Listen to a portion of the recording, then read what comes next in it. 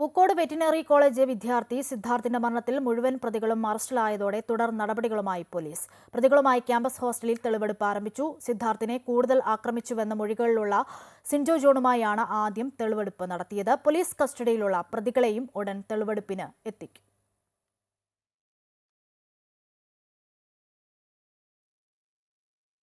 സിദ്ധാർത്ഥിനെ ഹോസ്റ്റലിൽ തടഞ്ഞുവെച്ച് മർദ്ദിക്കുന്നതിൽ പ്രധാനമായും നേതൃത്വം നൽകിയെന്ന മൊഴികളിലുള്ള മുഖ്യപ്രതി സിൻജോ ജോണുമായാണ് അന്വേഷണ സംഘം ആൺകുട്ടികളുടെ ഹോസ്റ്റലിലെത്തി തെളിവെടുപ്പ് നടത്തിയത്. സിദ്ധാർത്ഥിനെ മർദ്ദിക്കാൻ ഉപയോഗിച്ച ആയുധങ്ങളും അന്വേഷണ സംഘം കണ്ടെടുത്തു. ബ്ലൂ ഗൺ, കേബിൾ വയർ എന്നിവയാണ് കണ്ടെടുത്തത്. സിദ്ധാർത്ഥിനെ ക്രൂരമായി മർദ്ദിച്ച 21-ാം നമ്പർ മുറിയിലും ഹോസ്റ്റലിലെ വിവിധ ഭാഗങ്ങളിലും എത്തിച്ചായിരുന്നു തെളിവെടുപ്പ്. അന്വേഷണ സംഘത്തിന്റെ ചുമതലയുള്ള കൽപ്പറ്റ ഡിവൈഎസ്പി TN സജീവന്റെ നേതൃത്വത്തിലാണ് തെളിവെടുപ്പ് നടക്കുന്നത്. ആദ്യം അറസ്റ്റിലായ 6 പേരെ വിശദമായ ചോദ്യം ചെയ്യലിനായി അന്വേഷണ സംഘം നേരത്തെ പോലീസ് കസ്റ്റഡിയിൽ വാങ്ങിയിരുന്നു. ഇവരുടെ കസ്റ്റഡി കാലാവധി അവസാനിക്കുന്നതിനാൽ ഇവരെ നാളെ കോടതിയിൽ ഹാജരാക്കും. റിമാൻഡിൽ കഴിയുന്ന മറ്റു 12 പ്രതികളെ നാളെ തന്നെ കസ്റ്റഡിയിൽ വാങ്ങാനാണ് അന്വേഷണ സംഘത്തിന്റെ നീക്കം.